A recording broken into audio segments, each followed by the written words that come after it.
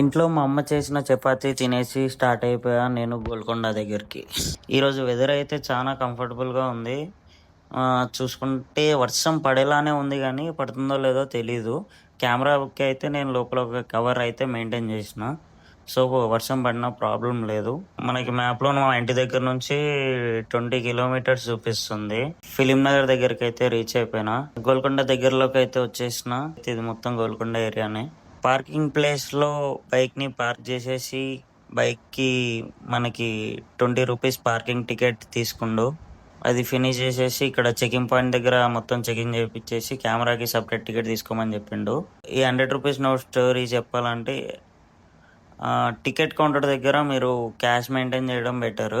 అంటే నార్మల్‌గా ఒకవేళ మీ దగ్గర కెమెరా ఏం లేదు అనుకుంటే అక్కడ ఆన్‌లైన్ ఆప్షన్ కూడా ఉంటుంది. ఆన్‌లైన్ చేసేయొచ్చు. బట్ నాకు కెమెరాకి మాత్రం క్యాష్ ఇవ్వాలని చెప్పినారు. సో, నేను 25 కెమెరాకి, 25 నా టికెట్‌కి. హైదరాబాద్ అంటే ఫస్ట్ గుర్తొచ్చే ప్లేస్‌లో గోల్కొండ ఫోర్ట్ ఒకటి. కానీ చాలామంది ఇక్కడికి ఫోటోస్ కోసం లేదా రీల్స్ కోసం మాత్రమే వస్తారు. కానీ గోల్కొండని యాక్చువల్‌గా ఎక్స్‌ప్లోర్ చేశారా? ఈ పెద్ద పెద్ద గోడల్ని చూస్తుంటే కొన్ని సంవత్సరాల క్రితం ఇలాంటి కన్‌స్ట్రక్షన్ ఎలా చేశారో అని ఆలోచించకుండా మాత్రం ఉండలేం. ప్రతి రాయికి ఒక కథ ఉన్నట్టు అనిపిస్తుంది.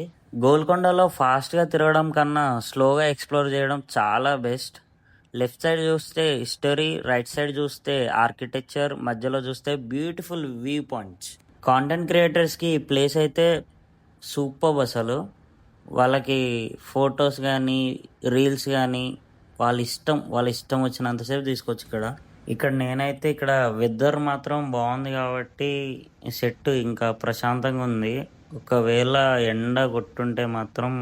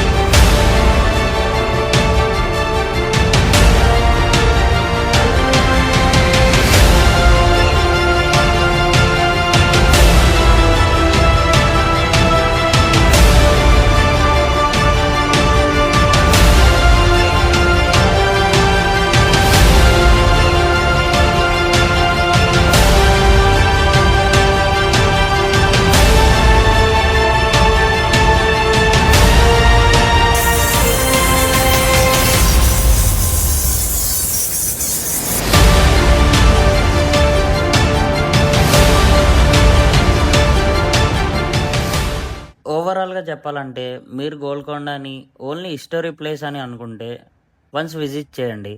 హిస్టరీ ఉంది, వ్యూస్ ఉన్నాయి, టెంపుల్ ఉంది, ఫోటోగ్రఫీకి సూపర్, ఫ్యామిలీ ట్రిప్‌కి కూడా పర్ఫెక్ట్. వీడియో నచ్చితే లైక్ చేయండి. హైదరాబాద్‌లో ఇంకా ఇలాంటి ప్లేసెస్‌ని ఎక్స్‌ప్లోర్ చేస్తూ ఉంటాం. Until then bye.